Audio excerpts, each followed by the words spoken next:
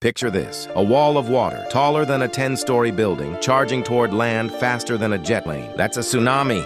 In moments, it can wipe out entire towns. Today, we're diving into the deadliest tsunamis in history. These events show nature's raw power. They've shaped lives and landscapes. Let's explore what happened and why they matter. So, what is a tsunami? The word comes from Japanese, meaning harbor wave. A tsunami is a series of massive ocean waves triggered by sudden water displacement. Most often, underwater earthquakes cause them. When tectonic plates shift, they push water upward. This creates waves that race across oceans.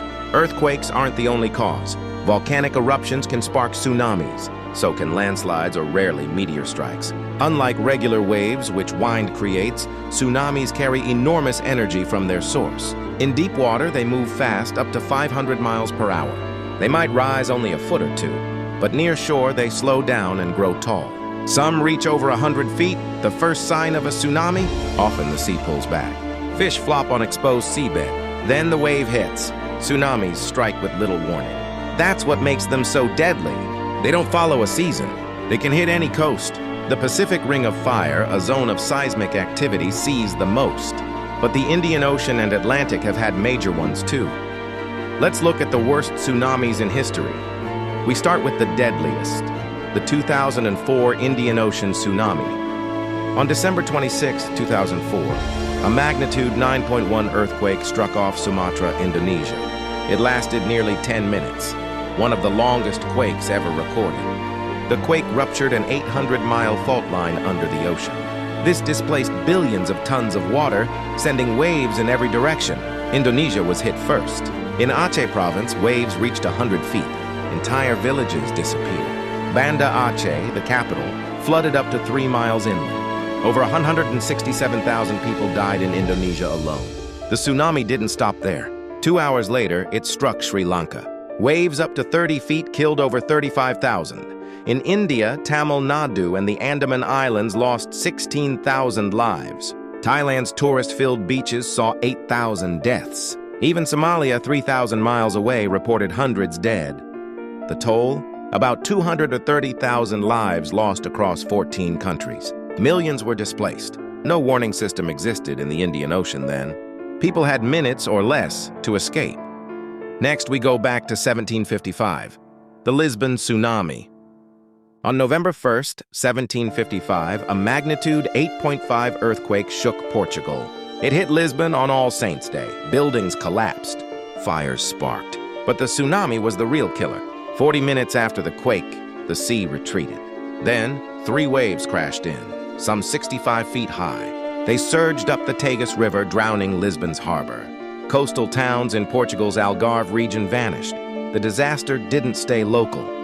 Waves hit Spain, Morocco, and even reached Britain and the Caribbean. Between 40,000 and 50,000 people died across the region, many from the tsunami. This event stunned Europe.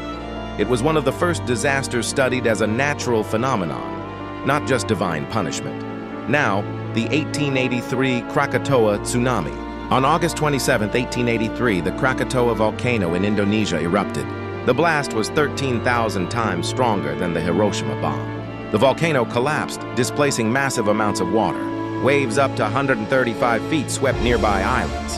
On Java and Sumatra, coastal villages were obliterated.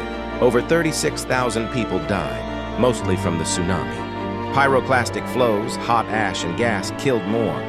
The waves reached South Africa and Australia, showing the disaster's global reach.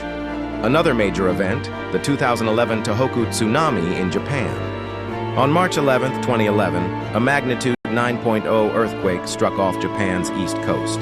It triggered waves up to 130 feet high. The tsunami flooded 217 square miles, destroying towns like Fukushima. Nearly 16,000 died, and 2,500 went missing. The disaster also caused the Fukushima Daiichi nuclear meltdown, complicating recovery. Japan had warning systems, but the wave's size overwhelmed defenses. These tsunamis share a pattern: massive water displacement, rapid spread, and catastrophic impact. Each struck differently, but all left scars. Why do these events matter today? Tsunamis remind us of nature's power. They show how fragile human systems can be. The 2004 Indian Ocean tsunami killed over 230,000 because no warning system existed. That changed afterward. The Indian Ocean Tsunami Warning System, or IOTWS, now monitors seismic activity and sea levels. It's saved countless lives since. The 1755 Lisbon tsunami reshaped thinking. It pushed scientists to